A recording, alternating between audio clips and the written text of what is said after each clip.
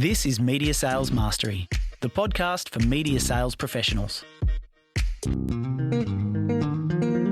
In each episode, we bring you information, insights, ideas, and interviews from some of the industry's top thought leaders.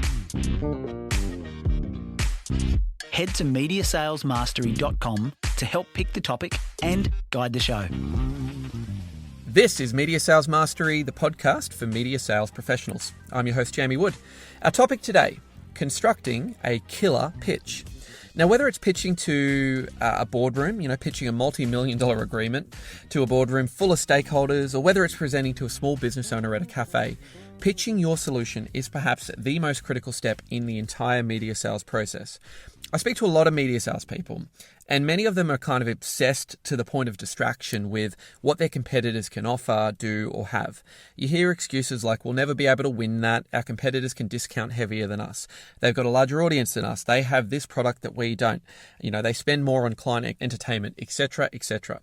My strong belief is that the right pitch, orchestrated in the right way, can overcome many obstacles faced by media salespeople.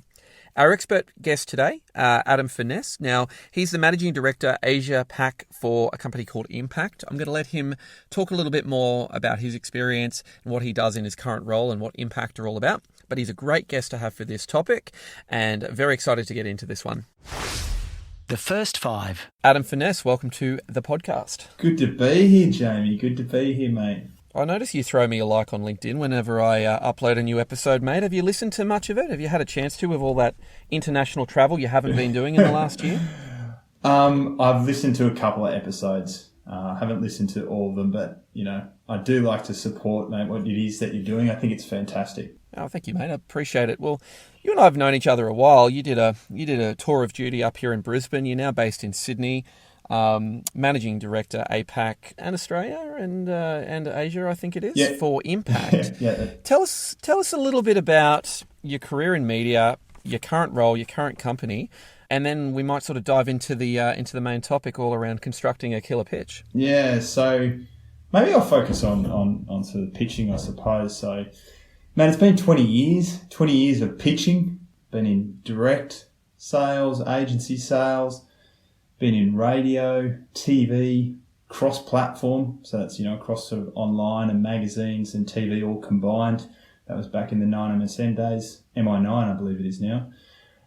Sold new media, so digital radio, sold podcasts as well, advertising in podcasts, programmatic advertising, so that's, automated advertising, I guess you could say. And more recently, the last sort of 3 years, I've been pitching software as a service, so SaaS technology. So when you think about it, there's been various products, new mediums, different stage businesses. I've worked all throughout Asia Pacific, always been based in Australia, but spent a lot of time in Asia and in the US.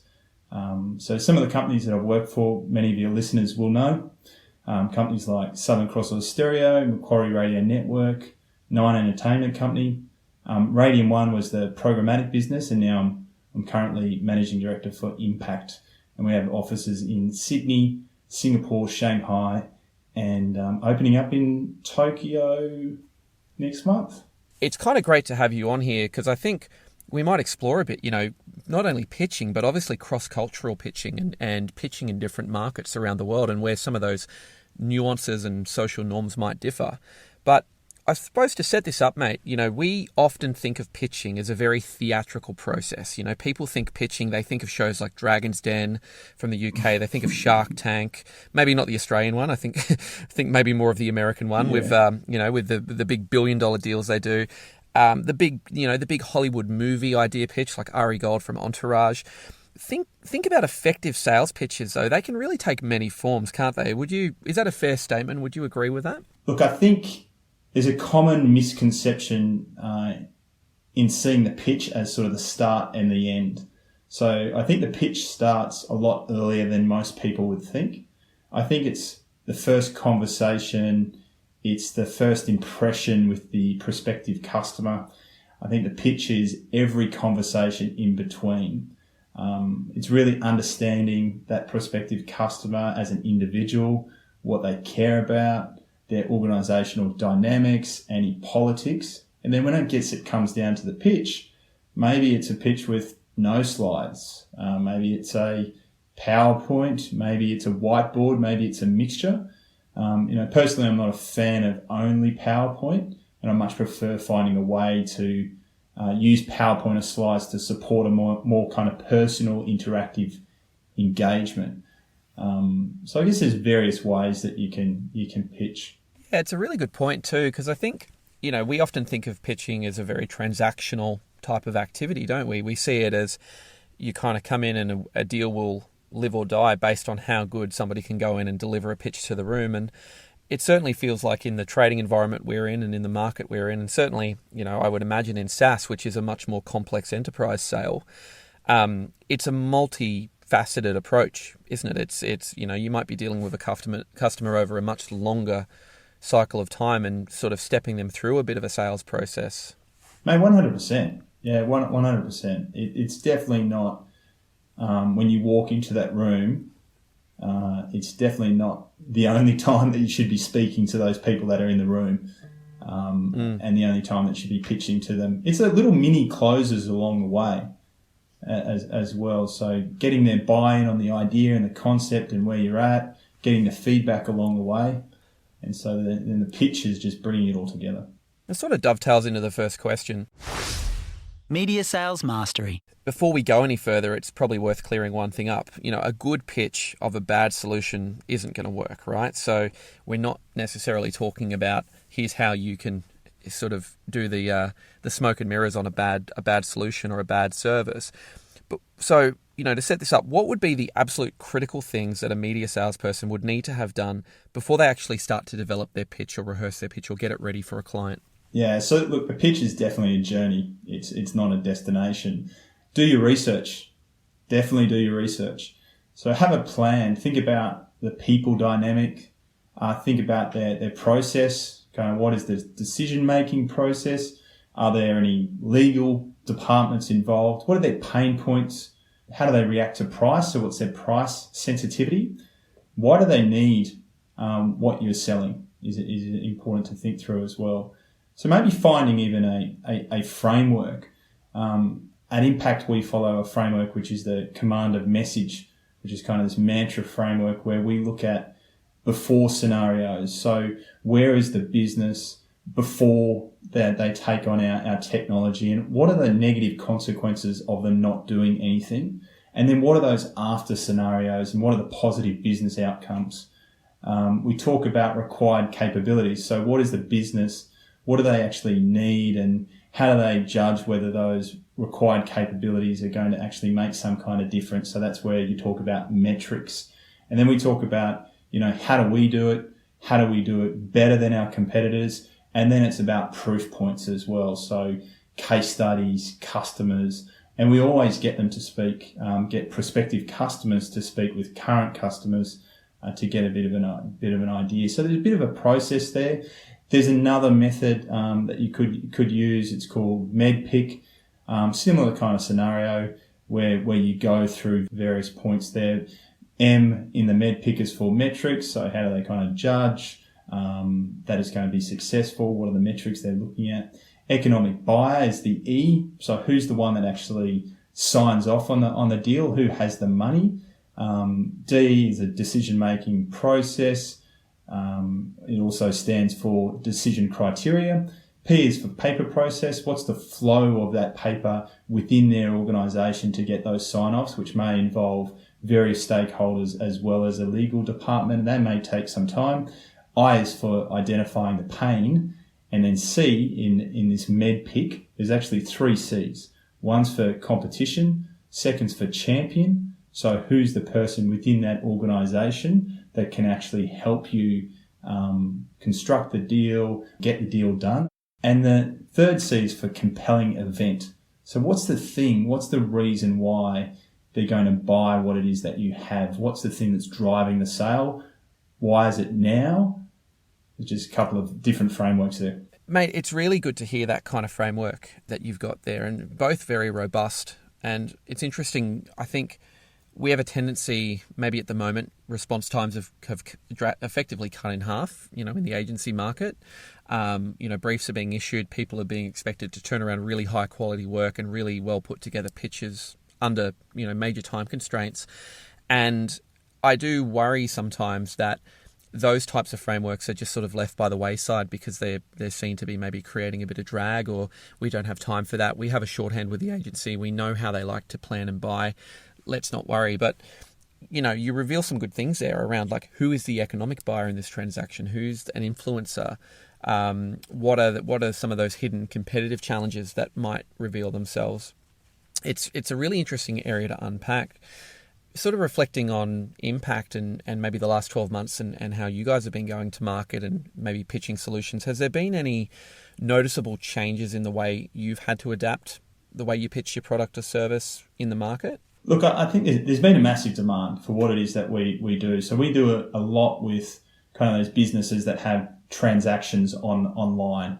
And there's been this massive move from COVID into kind of more online sort of transactional businesses, whether that's kind of more e-com plays, where businesses that traditionally may have had bricks and mortar have now had to accelerate their digitization, I should say. So there's been a massive demand there. But as I think about these frameworks and I think about, the typical kind of media salesperson, it's about starting early with it. So it's not like every single brief that you have to restart kind of this framework. It's every time you get a bit of information, it's kind of you can add it to the framework. So whether that's some kind of mantra that you have, which I went through on those before scenarios and negative consequences and after scenarios and positive business outcomes, or whether you use a framework like the MedPick, it should be active all the time. So it's not really a stop and start every single time. So in fact, I think it can help you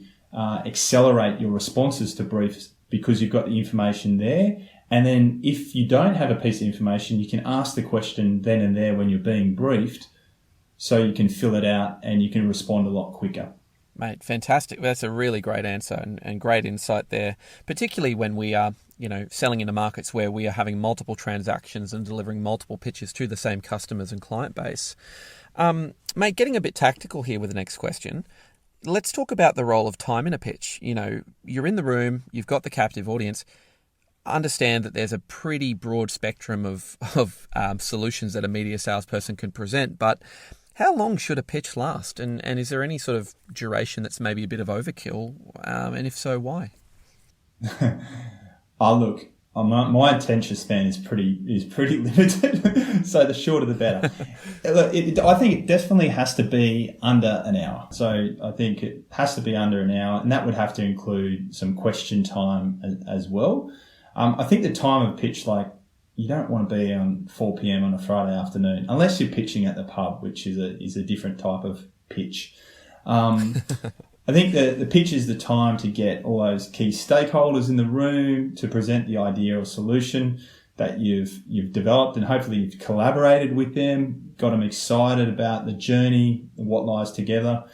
So a shorter period of time, excite them, ignite them, get aligned, get the buy-in, but the pitch is definitely not where the deal gets done. Yeah, I mean, that's a really key insight. There's a book called Pitch Anything, and it's a very American sort of style of, I guess, the technique that he goes into, the author. But he made a point of saying, I think the maximum attention span that somebody has is about 20 minutes. And he says, so there's almost like a reset that needs to occur multiple times through a pitch that goes longer. So do you share that opinion? Like if it was an hour pitch, would there be certain things you'd have to introduce, i.e. Q&A time or some form of discussion or something, like to almost kind of bring the attention of the room back in?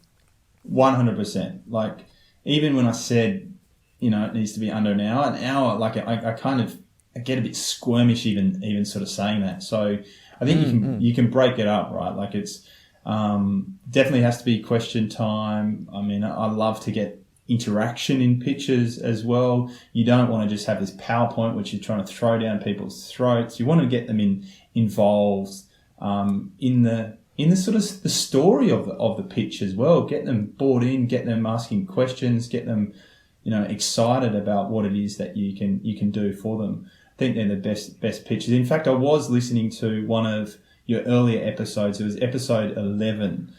Slide Bean, I think it was. Kaya, the guy's name? Yep. Kaya? Yep. He talks about storytelling, a lot about storytelling. And that's what the pitch is. So you want that audience involved in your story, and you want an interactive story as the pitch. The most recent episode we did was with Michelle Pitt from Realizer, and it was all around proposal building, and she goes into that a lot too, like, narrative, storytelling. There's a character, there's a beginning, a challenge, a middle, and end. I guess in many ways a good pitch is almost an extension of that, isn't it? It's being able to kind of lay it out in that sequential order and be able to take them on that journey, 100%. Almost like a narrative, yeah. I mean, and this is probably one of the ones, leaning on your time in media. Maybe the scenario would be you going in and pitching a big deal, like a big annual contract.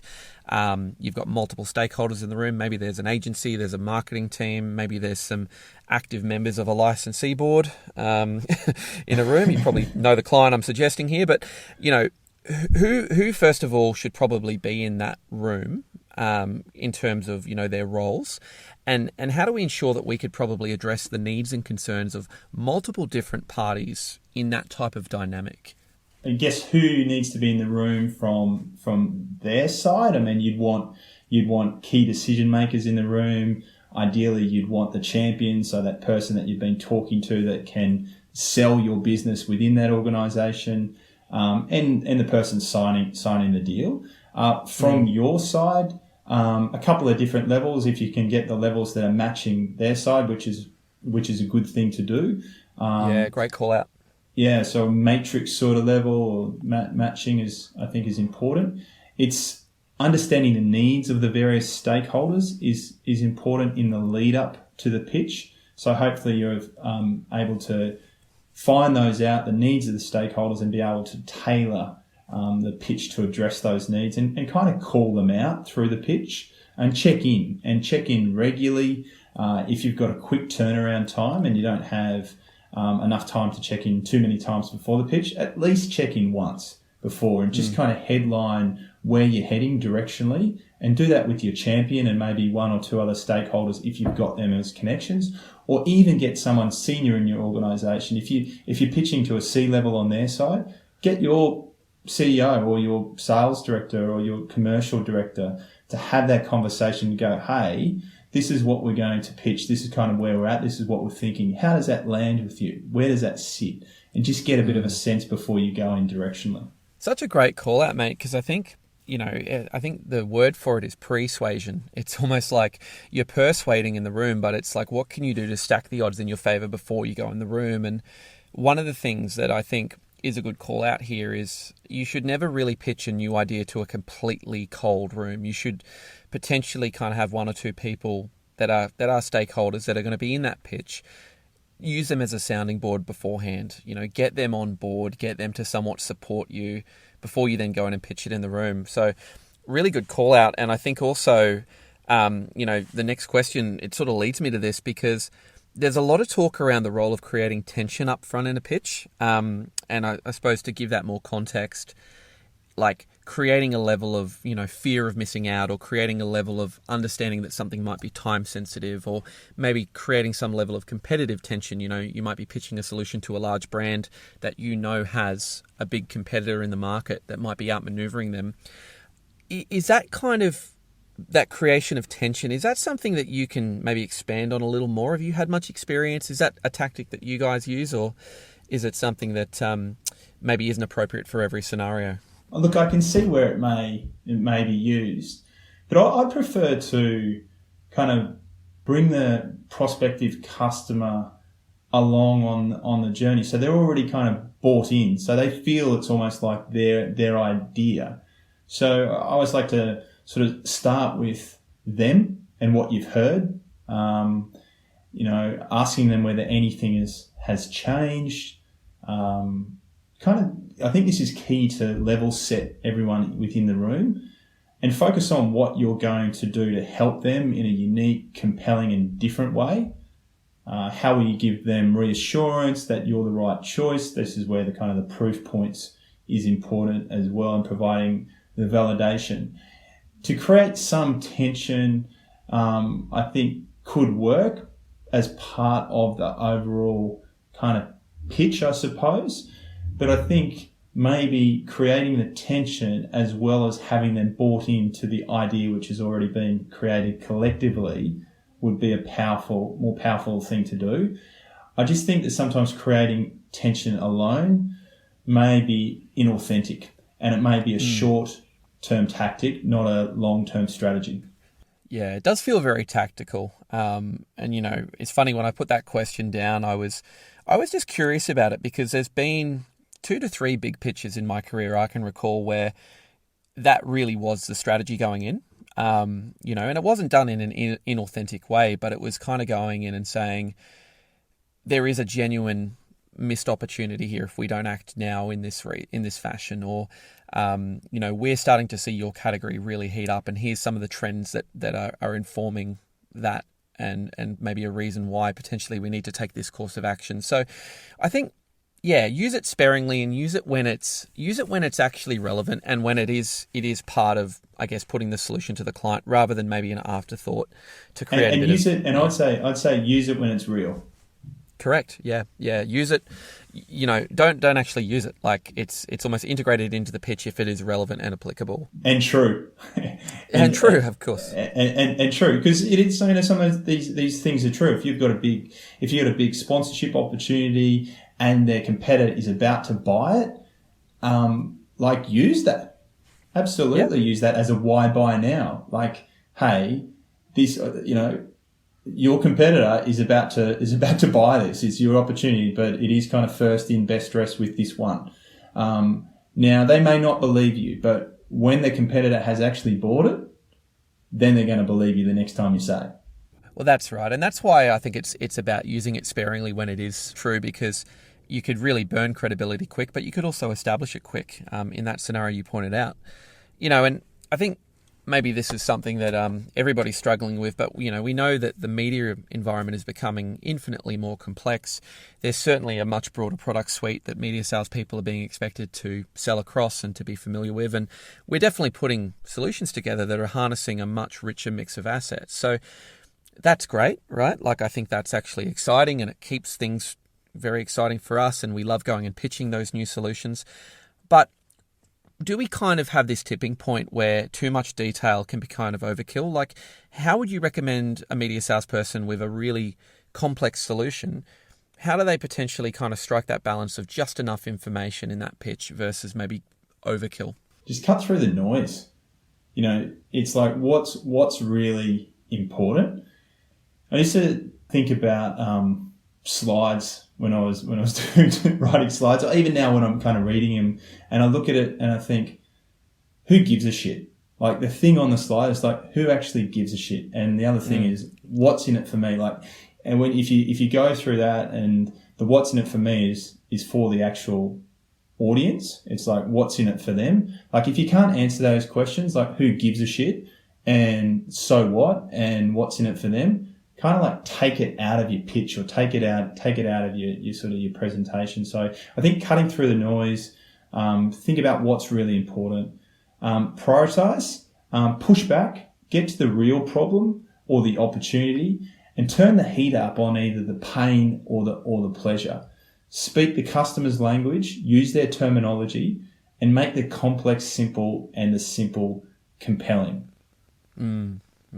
Really nice.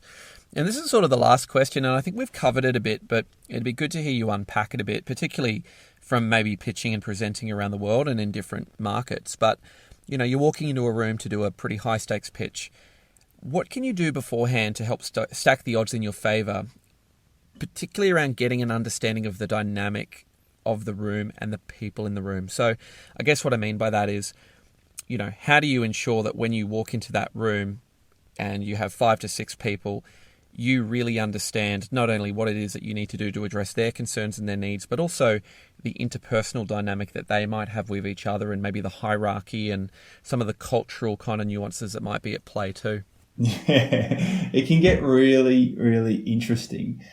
start on LinkedIn. It's probably a good place to start.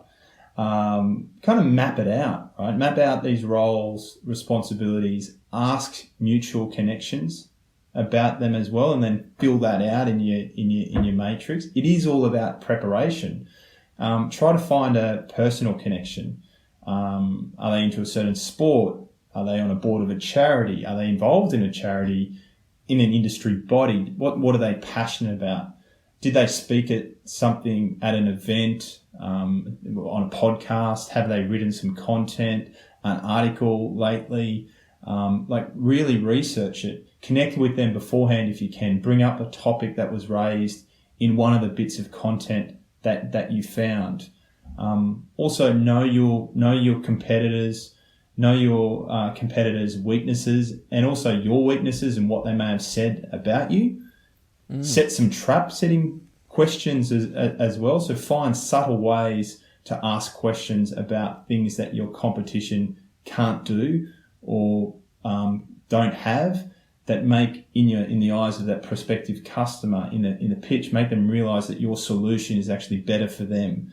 So it's ways to kind of differentiate. I think also admitting a negative to gain a positive can be a powerful thing. So acknowledging some negative feedback and focus on what you've done about it, how you've resolved it, how you've improved the situation. But once again, it is all about this kind of preparation.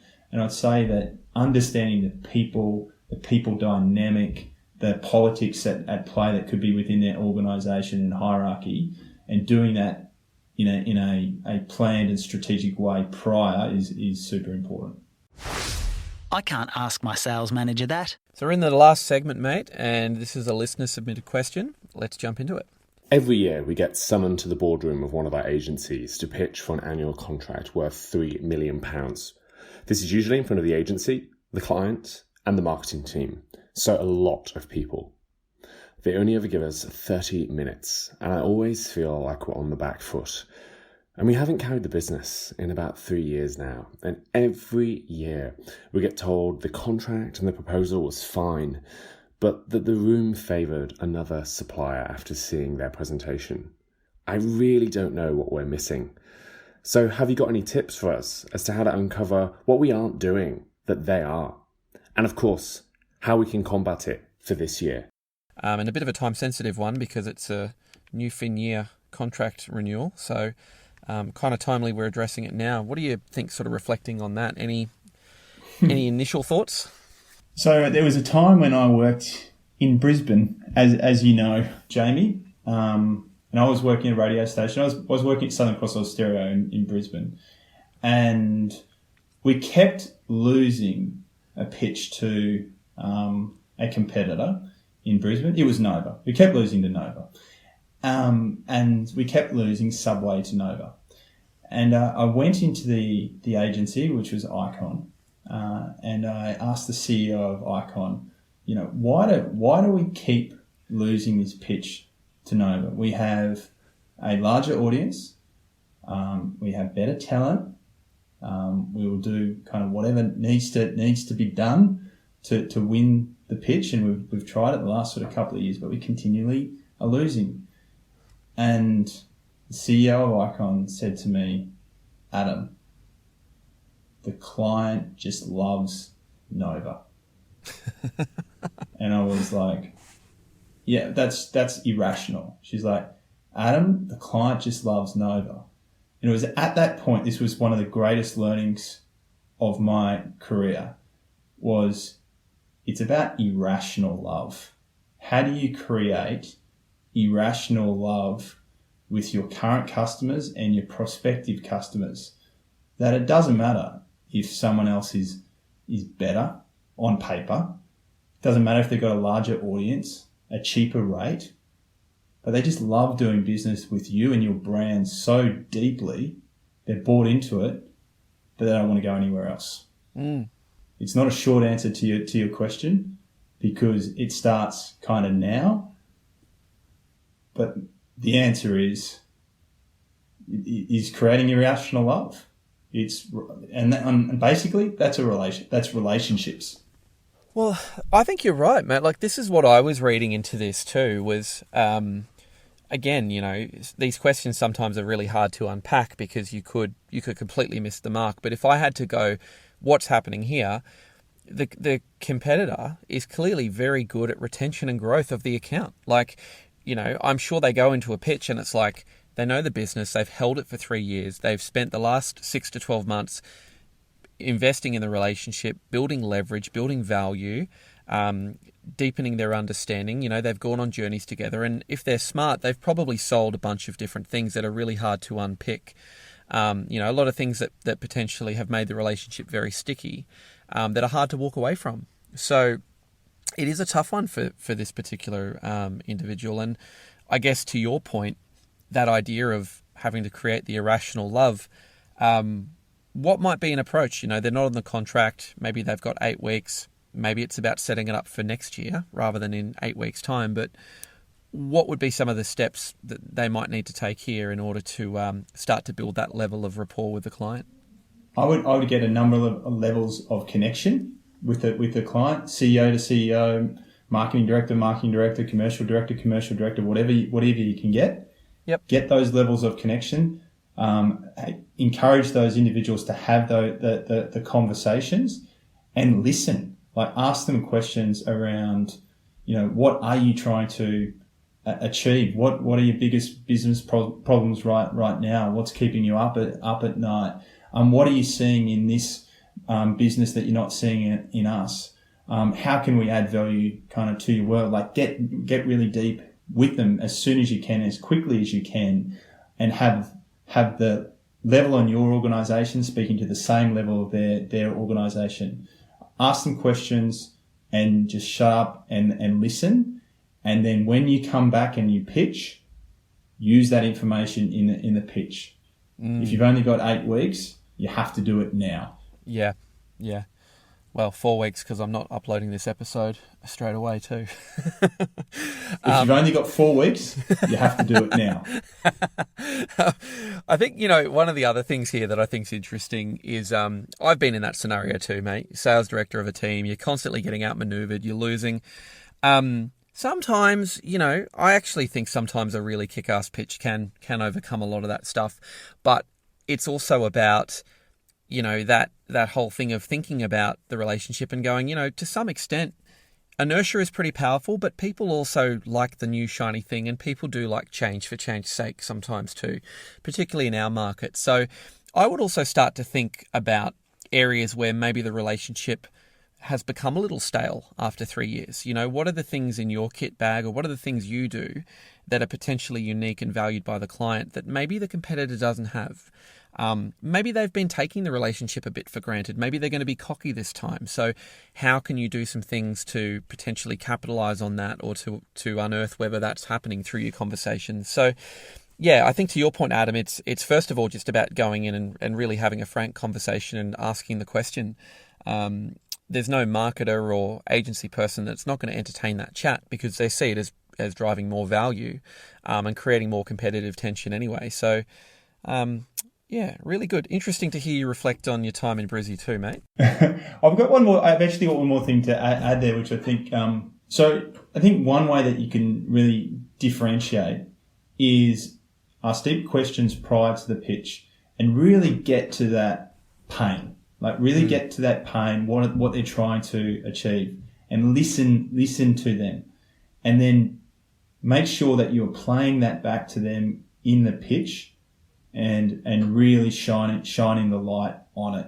Make it exciting, and ignite their desire to actually want to do business with you because you've listened to them and you've heard something that maybe your competitor hasn't heard because they've been complacent.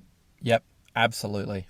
Hey, look, thanks, Adam. Great to talk to you again, mate. It's been a while. It's been a long time between chat, mate. I'm sure people are probably going to want to reach out to you, pick your brain. Where's the best place for people to find you? If you want to reach out, go on LinkedIn.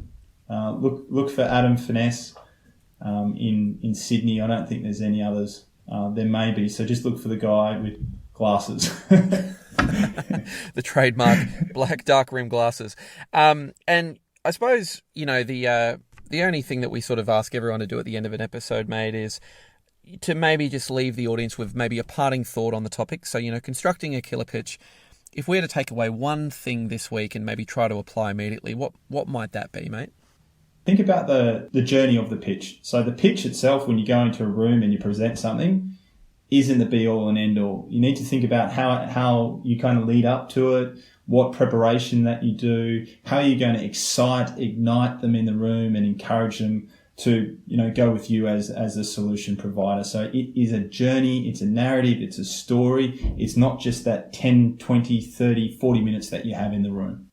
Adam Finesse, thank you so much for being a guest on the podcast. All the best with Impact, and it's really exciting to hear what you're doing in that space, mate.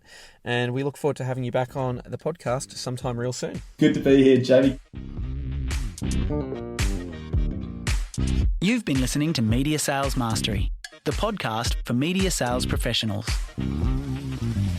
Head to mediasalesmastery.com to help pick the topic, guide the show, and don't forget to subscribe to receive new episodes each week.